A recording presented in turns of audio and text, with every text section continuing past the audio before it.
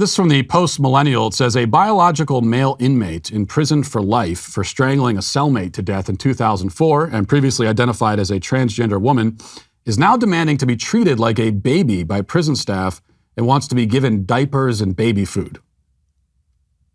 According to the Daily Record, 36-year-old convicted killer Sophie Eastwood, formerly known as Daniel, was sentenced to prison for life back in 2004 after strangling cellmate Paul Algie with shoelaces.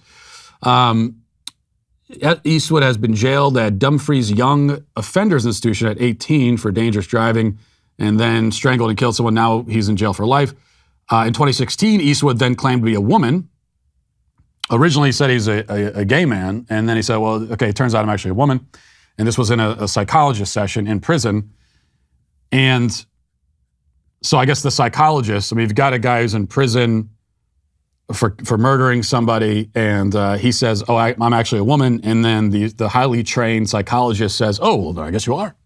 I mean, you couldn't possibly be wrong about who you are. I mean, you certainly couldn't tell any lies. You're just a convicted murderer is all.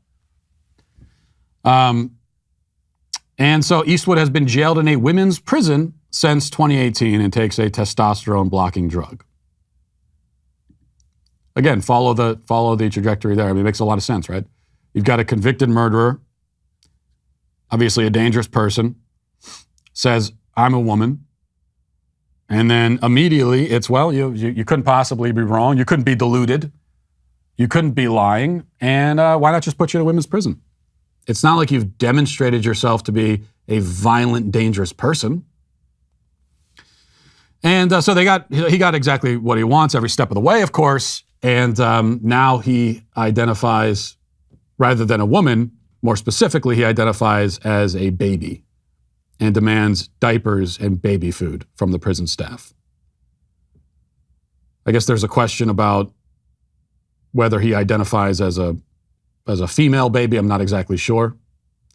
But he identifies as a baby, and he's being given, that's how he's being treated by prison staff.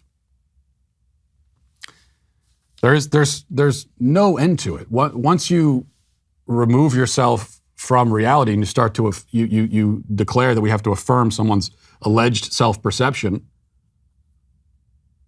no matter how far that self-perception is from reality, of course there's no end to it. I mean, why not just release him from prison? I guess if he's a baby, then who puts babies in prison? This is a human rights violation. I mean, can you imagine? But he identifies as a 1-year-old.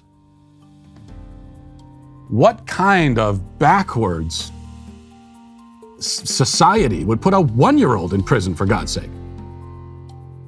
So just release him from prison entirely. Why not? Hey, listen, hit the subscribe button. Do it right now. I demand it. And I thank you for your compliance. It is somewhat appreciated.